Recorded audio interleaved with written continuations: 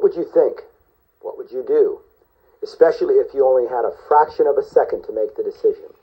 I'm Officer Jim Scaletta with the Santa Clara Police Department. Obviously, a deadly weapon is being pointed at you, or at the very least, brandished in front of you. A split second to make a life or death decision. The Santa Clara Police Department has some important information for you. Take a few moments to watch.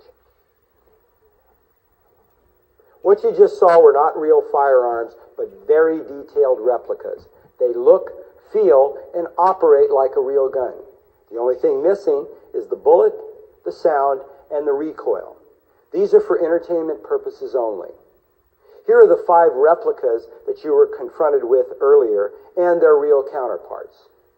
The replica high-powered rifle, the real high-powered rifle, the replica shotgun, and the real shotgun, the replica AR-15 and the real AR-15, the replica MP5, the real MP5, the replica semi-automatic handgun, and the real semi-automatic handgun. As you can see, these replicas can be easily mistaken for real guns, and if misused, can result in a tragedy. Over the last several months, Santa Clara police officers have responded to several man-with-a-gun calls, which turned out to be people, mostly juveniles, with replica firearms.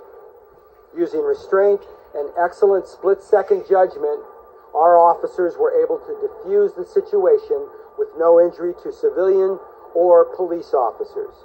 If you own or possess a replica firearm, especially one that is intended to use as a toy or expels a projectile, we have some vital safety information for you. Number 1, don't display or use the replica in a public place. Number 2, when transporting the replica, keep it out of sight.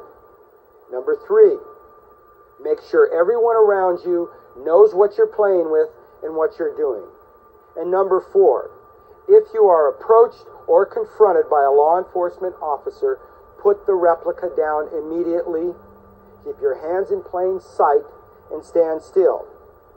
Follow any verbal commands quickly and answer any questions clearly and directly.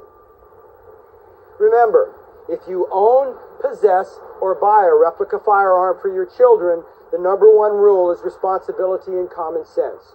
Also, there are state and local laws that apply to certain projectile weapons. Check the California Penal Code or the Santa Clara Municipal Codes for details. So whether you're an adult or a juvenile, you must be responsible and use common sense. Don't create a situation that can result in a senseless tragedy. Thanks for watching.